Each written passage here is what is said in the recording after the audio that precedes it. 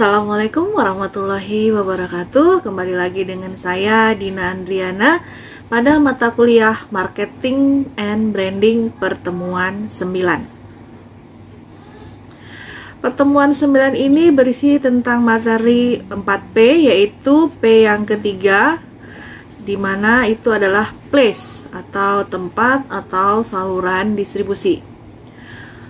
Pokok bahasan yang kita bahas yaitu mengenai tentang pengertian, fungsi, dan tingkat saluran pemasaran, merancang saluran pemasaran, tipe-tipe saluran pemasaran, pedagang eceran, pengecer bukan toko, dan pedagang besar. Kita mulai ya. Pengertian saluran pemasaran. Kotler dan Armstrong menjelaskan tentang marketing channel atau distribution channel, yang artinya adalah seperangkat organisasi yang saling bergantung untuk membantu pembuatan suatu produk atau layanan yang tersedia untuk digunakan atau dikonsumsi oleh konsumen atau pengguna bisnis. Di sini produsen menyerahkan beberapa pekerjaan penjualan kepada perantara dengan alasan perantara dapat berbuat lebih efisien dan memberikan lebih daripada yang dicapai oleh perusahaan. Karena perantara memiliki pengalaman, spesialisasi, dan skala operasi yang lebih luas. Berikutnya, fungsi saluran pemasaran. Saluran distribusi memindahkan barang dari produsen kepada konsumen. Saluran distribusi mengatasi kesenjangan utama dalam waktu, tempat, dan kepemilikan yang memisahkan barang serta jasa dari konsumen yang menggunakan. Anggota saluran pemasaran harus melaksanakan berbagai macam fungsi, antara lain yaitu pertama, informasi. Saluran pemasaran mengumpulkan dan mendistribusikan riset pemasaran serta informasi intelijen mengenai pelanggan, pesaing, serta pelaku dan kekuatan dalam lingkungan pemasaran. Yang kedua, promosi. Saluran pemasaran mengembangkan dan menyebarluaskan komunikasi persuasi untuk merangsang pembelian. Fungsi berikutnya, saluran pemasaran adalah kontak. Saluran pemasaran menemukan dan berkomunikasi dengan calon pembeli. Yang keempat, penyesuaian. Saluran pemasaran membentuk dan menyesuaikan tawaran dengan kebutuhan pembeli seperti pemilahan, perakitan atau instalasi, dan pengemasan. Yang kelima, fungsinya untuk negosiasi. Saluran pemasaran mencapai persetujuan mengenai harga dan persyaratan lain dari penawaran.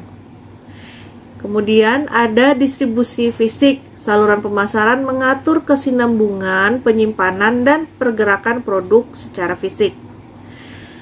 Kemudian yang terakhir dari fungsi saluran pemasaran adalah mengambil resiko. Saluran pemasaran menanggung resiko yang berhubungan dengan pelaksanaan fungsi saluran pemasaran. Jadi tadi adalah 1, 2, 3, 4, 5, 6, 7 dari fungsi saluran pemasaran. Jadi berfungsi sebagai pengumpulan informasi, sebagai membantu dalam promosi, memberikan penyesuaian, ya, bagaimana caranya produk itu bisa sampai kepada konsumen, melakukan negosiasi, melakukan kontak dengan calon pembeli, kemudian memberikan distribusi secara fisik, memberikan langsung kepada konsumen, dan yang terakhir adalah mengambil resiko. Jadi resiko di sini ketika kita penyalur pemasaran ini memberikan produk, barang atau jasa kepada konsumen, mungkin bisa saja ada kerusakan. Nah, disinilah distributor itu menanggung resiko terhadap pelaksanaan dari saluran pemasaran. Kita lanjutkan pada tingkatan saluran pemasaran. Kategori tingkatan saluran pemasaran dapat dijabarkan sebagai berikut. Yang pertama, saluran pemasaran langsung.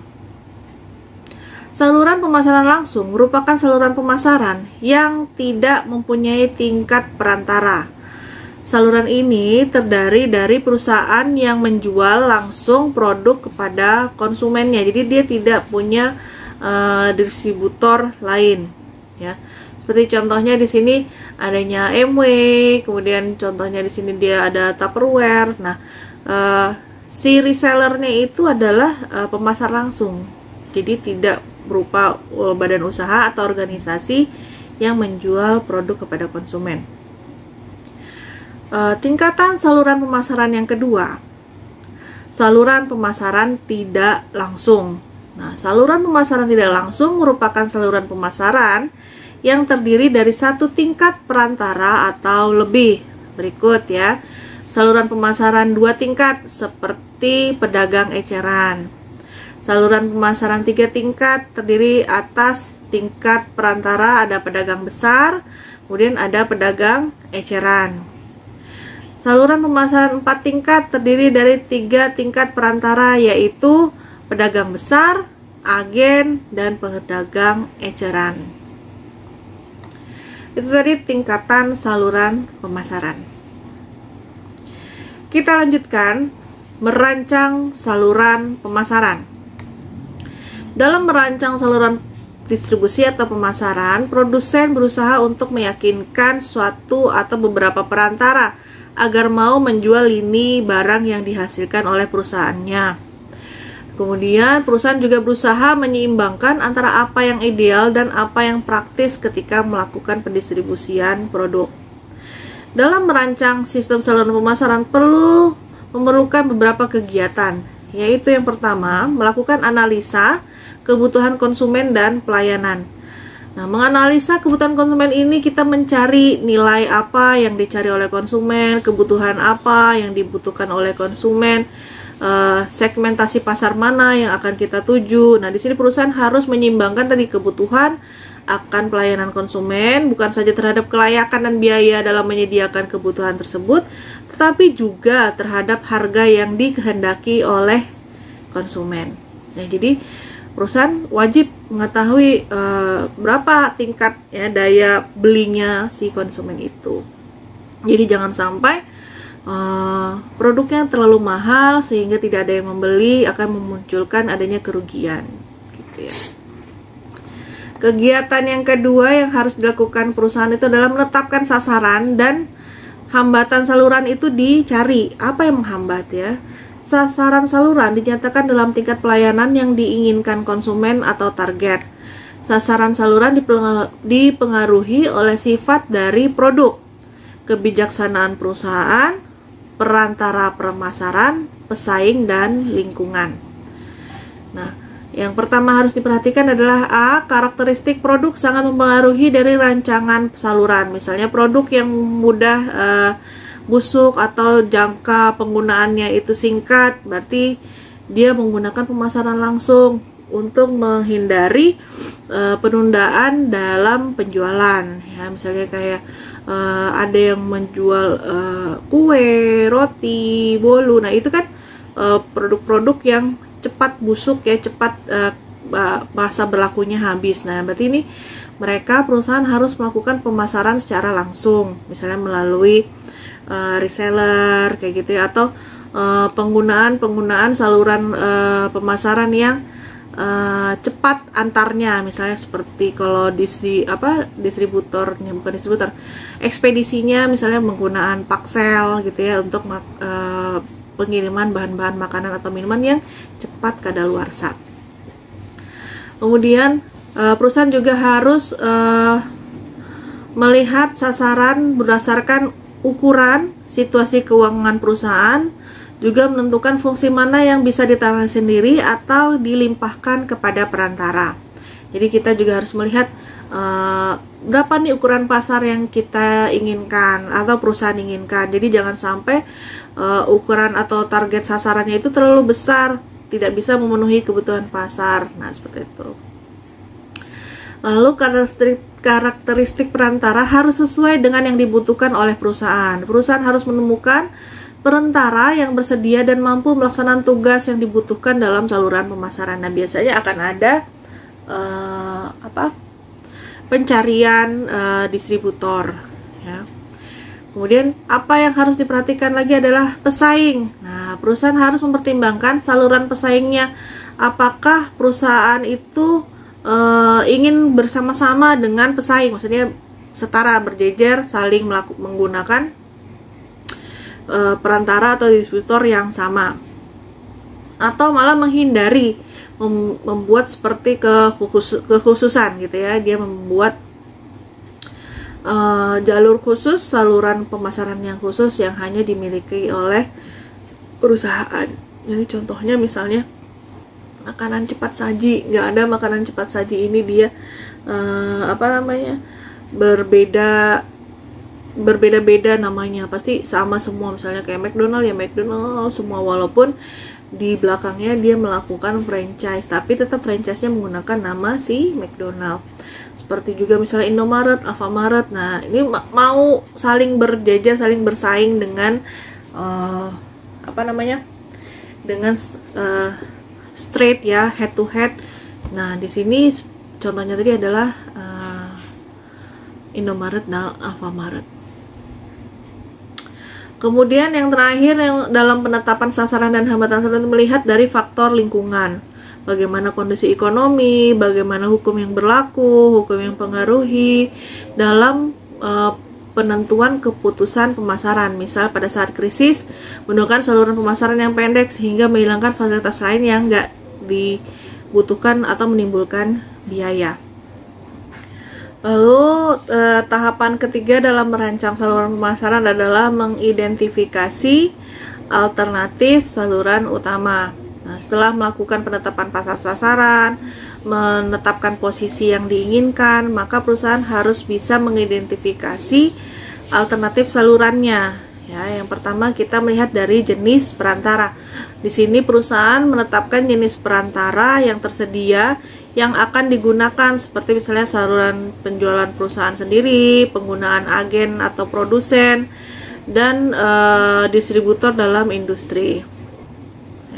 Yang kedua, jumlah perantara pemasarannya. Nah, di sini ada 3 macam strategi yang bisa dipilih untuk jumlah perantara pemasaran. Yang pertama ada distribusi intensif. Perusahaan berusaha menyediakan produk sebanyak mungkin di toko barang. Kemudian di setiap toko tersebut barang harus tersedia di tempat dan ada pada saat konsumen menginginkannya. Contohnya misalnya produk-produk seperti kebutuhan sehari-hari, atau kebutuhan diri seperti sabun, permen, rokok, atau misalnya bahan baku, sembako. Nah, itu menggunakan distribusi intensif. Berikutnya ada distribusi eksekutif. Nah, di sini perusahaan memberikan hak keagenan eksklusif dalam jumlah terbatas untuk mendistribusikan produknya dengan cara yang khusus. Nah, misalnya di sini perusahaan dapat mengendalikan harga agen, dapat mengendalikan bentuk-bentuk promosi, terus penyampaian citra produk, pemberian kredit, pelayanan. Nah, contoh-contohnya adalah misalnya agen penjualan dari mobil, agen penjualan dari motor, atau misalnya agen penjualan dari produk-produk yang memang punya tingkat kekhususan tertentu. Misalnya ada distribusi eksekutifnya, misalnya seperti kosmetik. Nah, itu pasti memiliki saluran distribusi tertentu. Kemudian dari jumlah perantara pemasaran ini, yang ketiga ada distribusi selektif. Perusahaan menggunakan lebih dari satu saluran pemasaran, tetapi tidak sebanyak distribusi intensif. Yang mau menjual produk perusahaan, misalnya produk-produk elektronik, nah ini tidak akan bisa semua laku di semua toko, pasti memiliki toko-toko khusus ya elektronik. Seperti misalnya ada Electronic City, nah dia kan khusus hanya menjual produk-produk elektronik, nah menggunakan distribusi selektif. Lalu untuk mengidentifikasi alternatif saluran utama, diperlukannya adalah tanggung jawab anggota dari saluran. Produsen dan perantara harus membuat kesepakatan, harus membuat persetujuan mengenai persyaratan dan tanggung jawab dari setiap anggota saluran pemasaran, meliputi misalnya kebijakan harga, kondisi penjualan, hak teritorial, dan pelayanan spesifik yang harus dilaksanakan oleh setiap pihak. Ya, itu salah satu bentuk dari tanggung jawab dari anggota saluran pemasaran. Kemudian dalam merancang saluran pemasaran, yang keempat adalah mengevaluasi alternatif. Semua sudah terkumpul, tinggal kita melakukan evaluasi alternatif. Setiap alternatif dari saluran pemasaran dievaluasi menurut kriteria ekonomi, pengendalian, dan adaptif untuk mendapatkan saluran pemasaran yang paling sesuai dengan sasaran jangka panjang perusahaan. Berikut kriteria dari evaluasi alternatif utama merancang saluran pemasaran. Yang pertama tadi adalah kriteria ekonomi. Setiap alternatif saluran pemasaran ini harus bisa meningkatkan atau menghasilkan tingkatan penjualan dan biaya yang berbeda.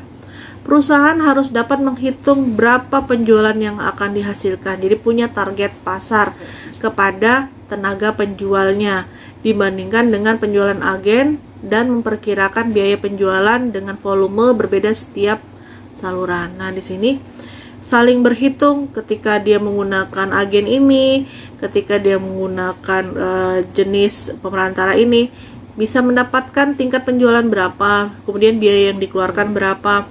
Nah, nanti berbanding nggak dengan hasil yang didapat. Yang kedua atau B, kriteria pengendalian. Dengan menggunakan agen penjualan yang banyak, bisa menimbulkan masalah pengendalian.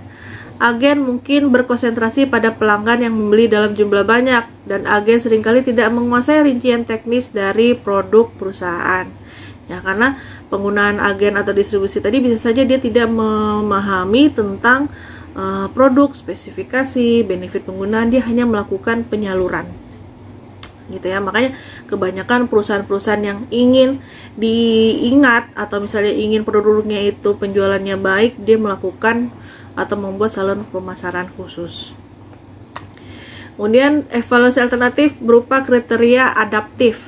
Nah, setiap saluran pemasaran memiliki beberapa komitmen dan kesepakatan jangka panjang terhadap perusahaan yang dia ambil produknya. Nah, komitmen tadi akan menghilangkan fleksibilitas hubungan sehingga mempengaruhi kemampuan perusahaan dalam merespon perubahan yang terjadi pada pasar. Jadi kemampuan dia untuk beradaptasi ketika memiliki komitmen dan memiliki kesepakatan dengan perantara atau perantara pemasaran tadi akan membuat hubungan itu tidak subjektif, ya, tidak berdasarkan pengertian yang sebenarnya. Itu tadi dalam merancang saluran pemasaran. Kita lanjutkan kepada pedagang eceran. Nah, apa sih pedagang eceran itu? Pedagang eceran merupakan semua aktivitas yang dilakukan untuk menjual barang atau jasa langsung kepada konsumen akhir bagi penggunaan pribadi dan bukan untuk bisnis. Jadi pedagang eceran itu langsung menjual kepada konsumen akhir. Nah, pengecer sendiri itu adalah ya pembisnis yang penjualannya terutama berasal dari perdagangan eceran. Perdagangan eceran toko dapat diklasifikasikan berdasarkan satu atau beberapa karakteristik. Yang pertama, jumlah layanan. Produk berbeda membutuhkan jumlah pelayanan yang berbeda, dan keinginan pelanggan akan pelayanan juga akan berbeda. Pengecer dapat dibedakan berdasarkan jumlah pelayanan yang diberikan menjadi 3 jenis, yaitu A. Pengecer swalayan. Pada pasar swalayan, pelanggan bersedia melakukan proses mencari, membandingkan, dan memilih sendiri produk yang dibutuhkan untuk dibeli. Nah, ini model-model dari swalayan kecil ya, seperti Indomaret, Alfamart hingga ke swalayan yang besar, Hypermart, Carrefour, Transmart, Giant. Ya. Bentuknya pelanggan mencari sendiri, membandingkan, dan memilih sendiri produk yang diinginkan untuk dibeli. Kemudian bentuk yang ketiga atau jenis yang ketiga adalah pengecer dengan pelayanan terbatas. Pada pasar ini, perusahaan menyediakan petugas penjualan untuk membantu pelanggan mengetahui barang-barang yang akan dibeli. Nah, di sini ada yang namanya sales promotion. Ya, ada SPG, ada SPB atau SPBU ya, sales promotion boy unit. Jadi biasanya kan yang injil-injil gitu ya. Nah, di sini pengecer dengan pelayanan terbatas ini perusahaan merekrut personal selling ya, personal penjualan SPG ya, untuk ditempatkan kepada spot-spot yang ada di dalam swalayan atau di dalam tempat tertentu untuk melakukan distribusi. Nah, dia diberikan keterampilan, diberikan pemahaman mengenai produk untuk bisa membantu konsumen dalam memilih produk. Kemudian yang ketiga ada pengecer purna layanan. Toko dengan layanan lengkap biasanya menyediakan lebih banyak barang khusus yang saat pembeliannya pelanggan biasa suka dilayani, seperti ada layanan antar gratis atau menyediakan tempat khusus untuk bersantai atau beristirahat. Seperti itu. Jadi adanya pengecer purna layan.